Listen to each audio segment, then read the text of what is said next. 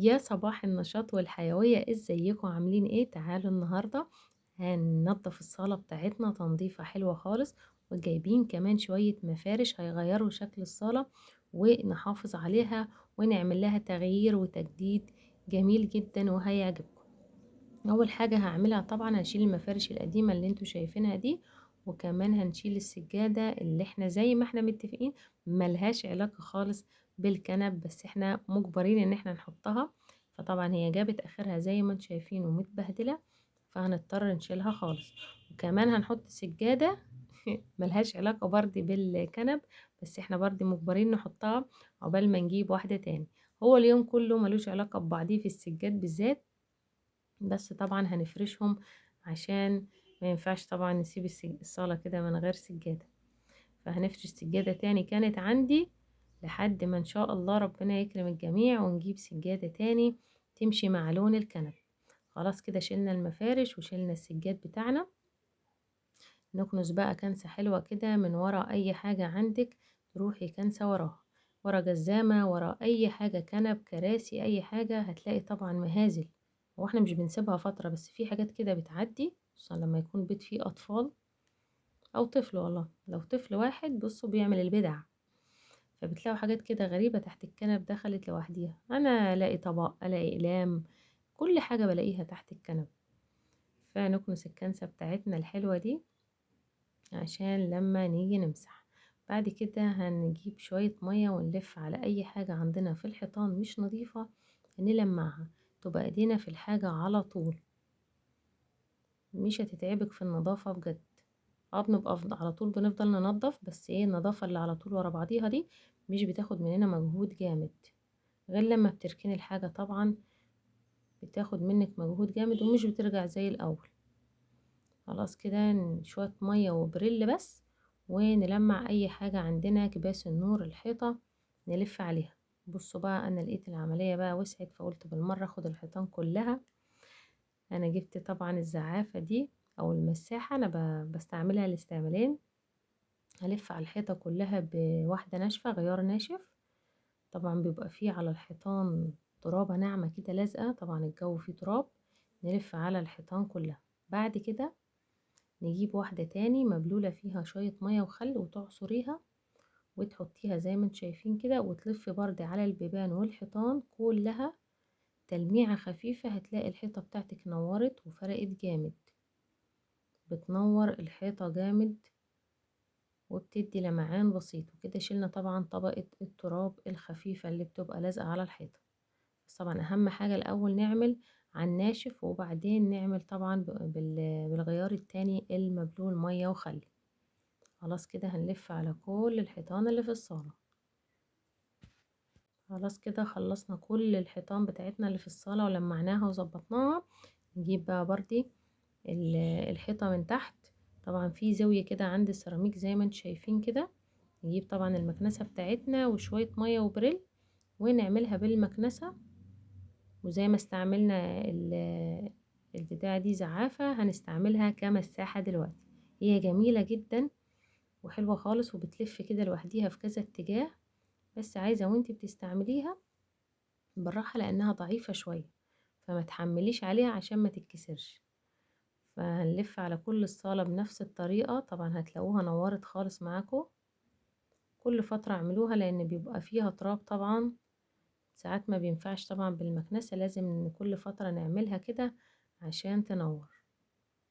ونجيب المساحة دلوقتي في اللحظة دي اسمها مساحة، نروح عاملينها ومسحين بيها على طول.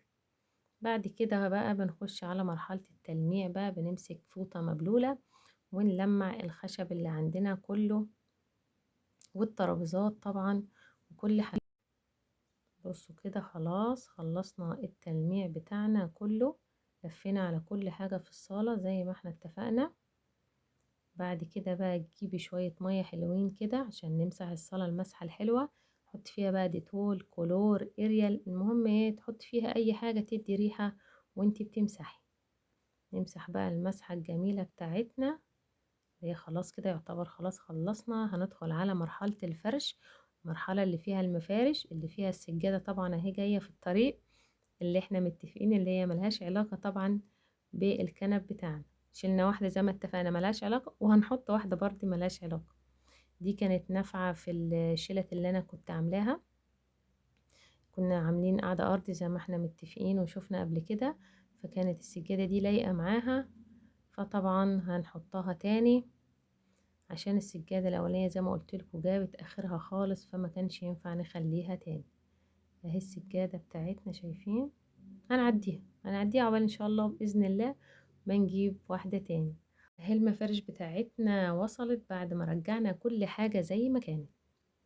المفارش اللي احنا جايبينها دي حلوة جدا وبتثبت على الكنب، وفيها الوان كتيرة خالص ومش غالية خالص طبعا. وكده عملنا تغيير للصالة، وحافظنا طبعا على الكنب بتاعنا بالمفارش دي.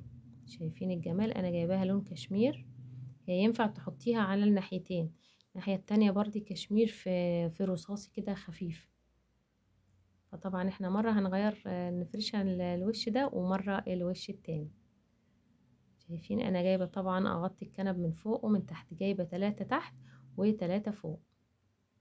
بصوا بقى، ونرجع بقى الخداديات زي ما كانت. والمفارش البيضة دي زي ما قلت لكم كانت بتاعت السفرة، بس خلاص ما عندناش سفرة، نفرشها على ايد الكنب كده. طبعا هنفرش الكنبة التانية عقبال بقى زي ما قلت لكم هنجيب السجادة، المفارش تمشي مع السجاد مع كل حاجة. اهي شايفين بقى، لو عايزين تعملوا تغيير او تحافظوا على الكنب بتاعكم، مش عايزين طبعا تكسوه كله على بعضه، بيبقى مكلف جدا. المفارش دي حلوة خالص، بتثبت طبعا على الكنب. نسيت اقول لكم على تمنهم، الواحدة كانت عاملة 35 جنيه، 2 متر هي.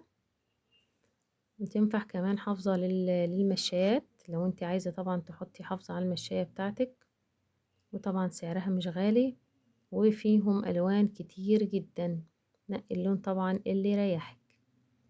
انا طبعا ان شاء الله هجيب غيار تاني ليهم لو لقيتهم طبعا، عشان الواحد بيروح يسأل على حاجة تاني ساعات ما بيلاقيهاش، فهشوف غيار تاني واجيبهم، لان هم طلعوا حلوين جدا وثابتين وشكلهم طبعا تحفة زي ما انتوا شايفين. فلازم اجيب لهم ان شاء الله غيار تاني عشان نبدل فيهم مع اللون الكشمير ده. طبعا هنقلب المخدة الناحية التانية عشان حسيت ان هي هيصة كتير، فوديتها على الناحية السادة. خلاص كده فرشنا المفارش، ونرش الرشة الأخيرة بتاعة المعطر. وكده الحمد لله الصالة بتاعتنا خلصت. شايفين طبعا الجمال؟ ان شاء الله بقى الجمال يكمل مع السجادة الكشمير اللي هتيجي ان شاء الله بإذن الله. شايفين كده المفارش بصوا انا طايرة بيها من الفرحة وعجباني جدا. طبعا الخداديات السادة ماشية اكتر من المنقوش. شايفين الجمال؟ لا بجد تحفة تحفة تحفة. شايفين كمان انا عايزة اجيب لون اسود، يعني انا لو لقيت غيار اسود الصراحة يعني ممكن اجيبه، لو احترت في الالوان، لان هي في الوان كده ما كانتش ماشية. فلو لقيت اسود متهيألي هيمشي طبعا، هيبقى حلو خالص. الاسود طبعا لا جدال عليه. شايفين طبعا شلنا الكسوة تحت الغسالة، خليناها كده ابيض عشان ما تبقاش فيه هيصة كتير، كفاية السجادة علينا. اهو شايفين بقى عملنا كل الكنب بنفس الطريقة. ونسيت اجيب واحد للكرسي الهزاز ده، كان طبعا الدنيا كلها مشيت مع بعض. كده خلاص خلصنا الصالة وبقيت جميلة وزي الفل، وندخل سنة جديدة واحنا منظفين ومخلصين. سنة سعيدة عليكم ان شاء الله، وكل سنة وانتم طيبين. شايفين الجمال؟ كده خلاص خلصنا الصالة بتاعتنا وفرشنا المفارش، وكمان الفيديو بتاعنا خلص. ما تنسوش اللايك والشير والاشتراك في القناة.